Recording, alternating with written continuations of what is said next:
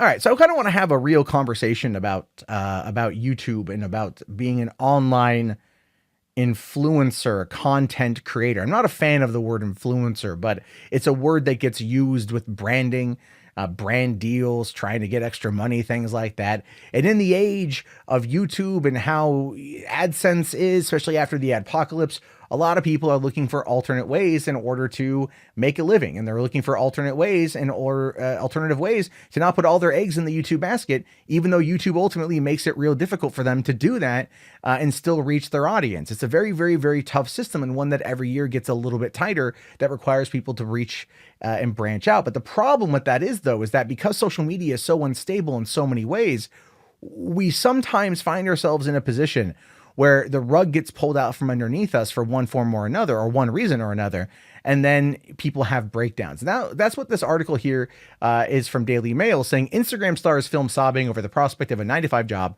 and insists she isn't cut out for work after her account boasting 113,000 followers was deleted for being spam.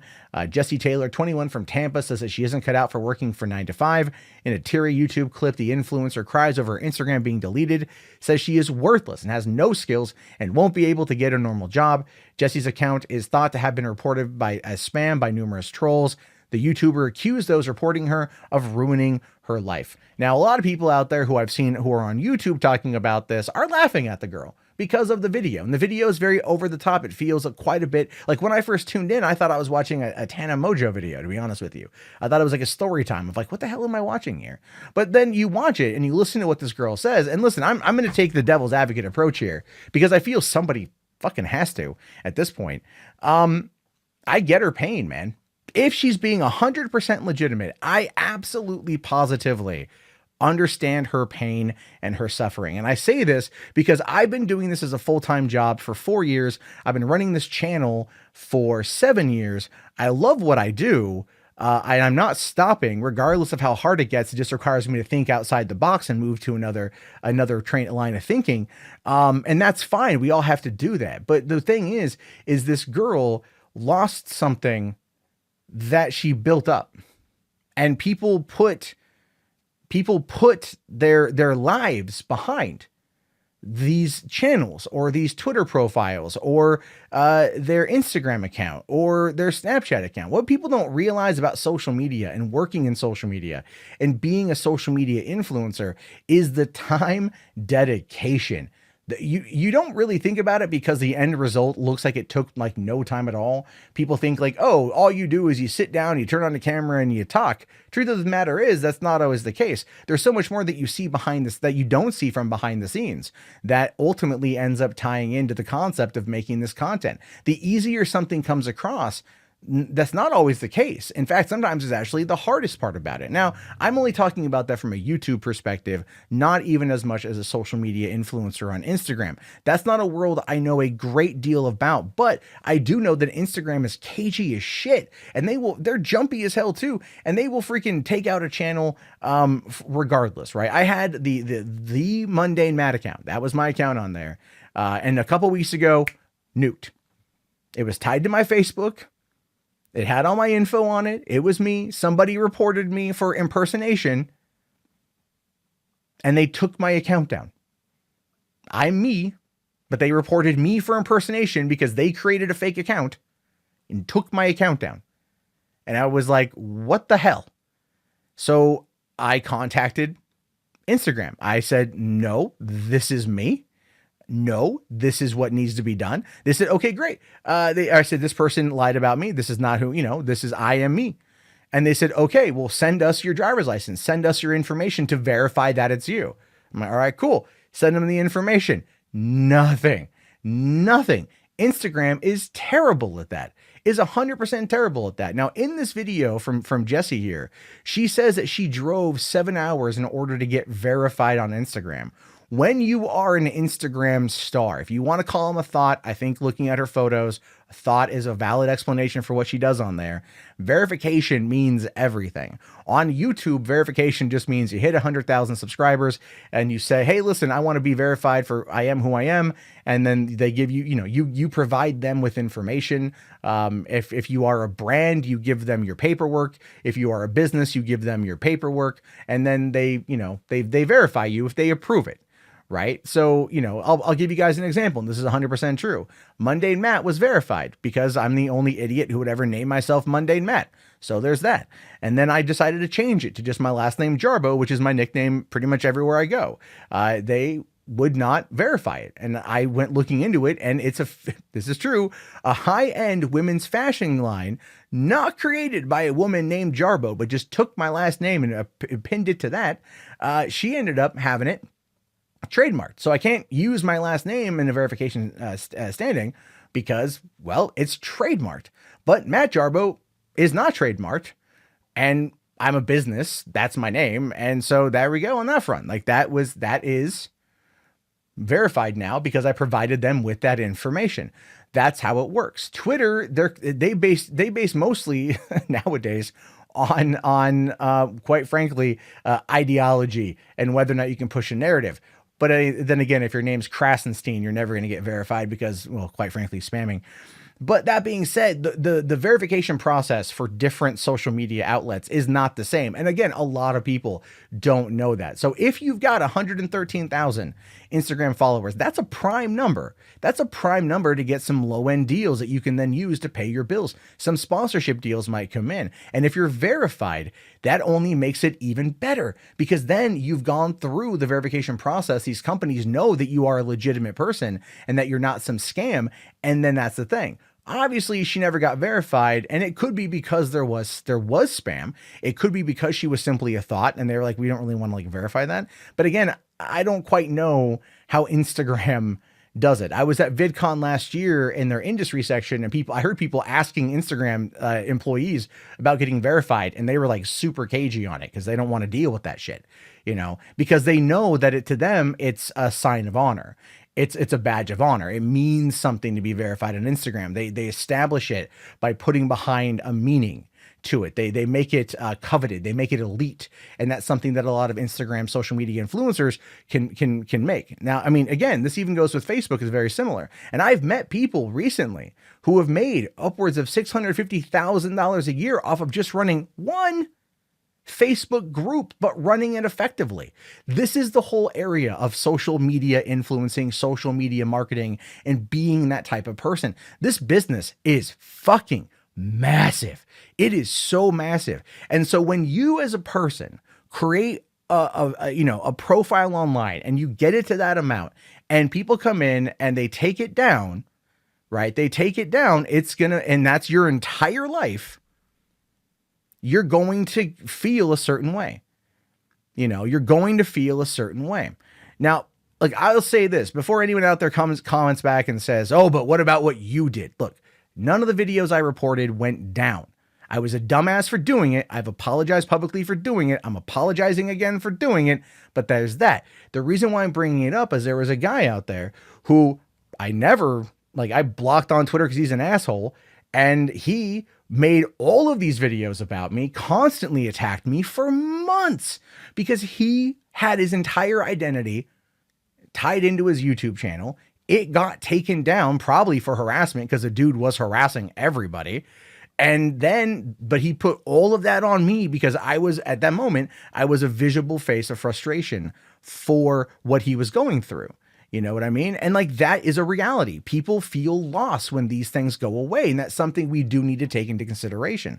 So I don't know specifically if this woman ended up, she says she was a prostitute. She says she worked at McDonald's. She says she's 20,000 in student loan debt. I don't know what any of that is. Okay. I don't know what any of that is. I don't know if it's true or not, but the way I view it is I looked at her response. I watched her video and I feel like someone should be advocating on behalf of the concept of it, not her specifically, but just advocating on the concept, because a person like that has put so much of her identity into this because that's her chosen career path. That's what she's wanted to do. I don't know if there was spam or not. I don't know if she used deceptive practices, which she did. That was dumb. You shouldn't do that. But if she lost 113,000 followed account, she clearly put time into that. She clearly made this her whole existence.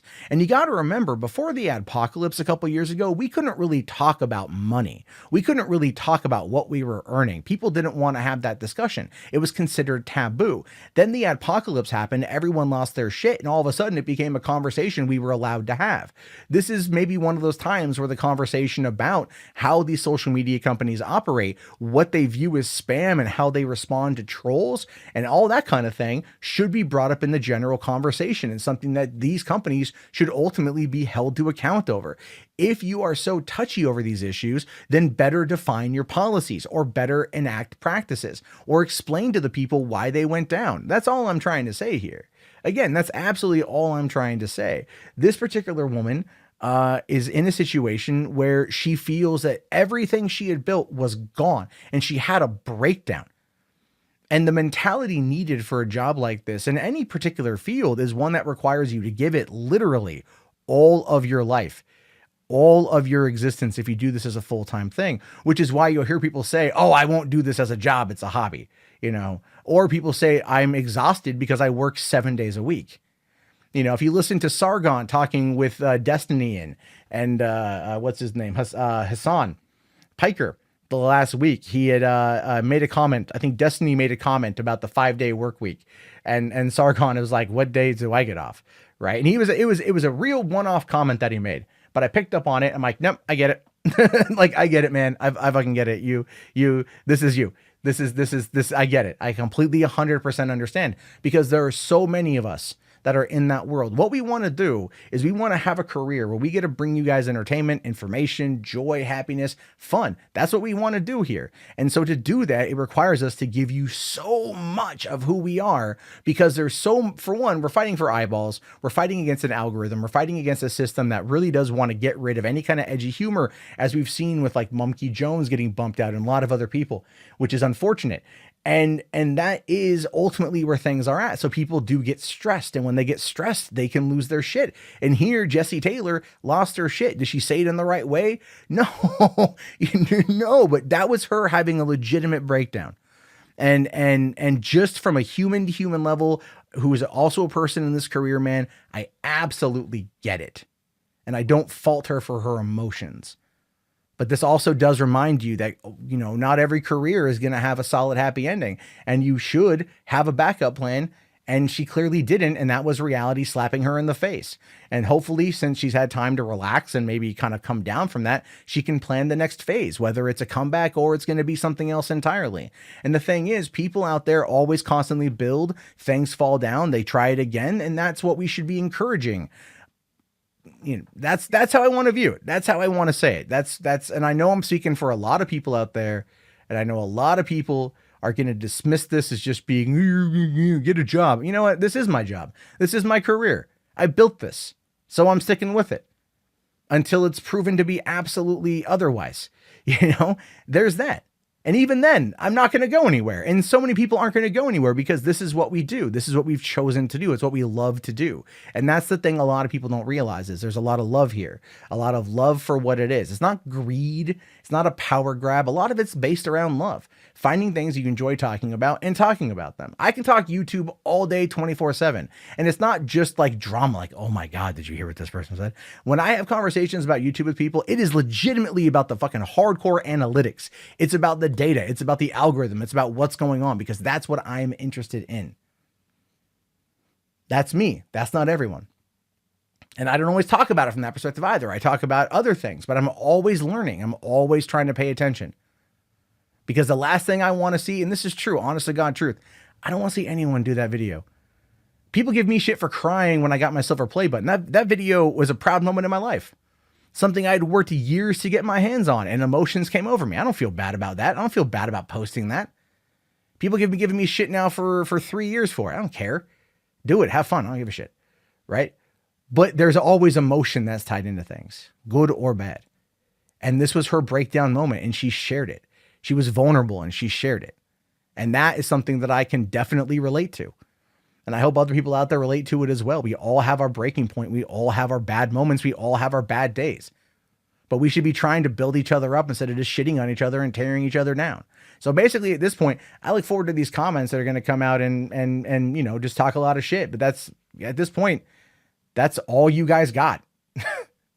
You don't build anything. You don't create anything. You just talk shit and try to destroy stuff. And I don't got time in my life for you, because quite frankly, I love what I do. I ain't stopping.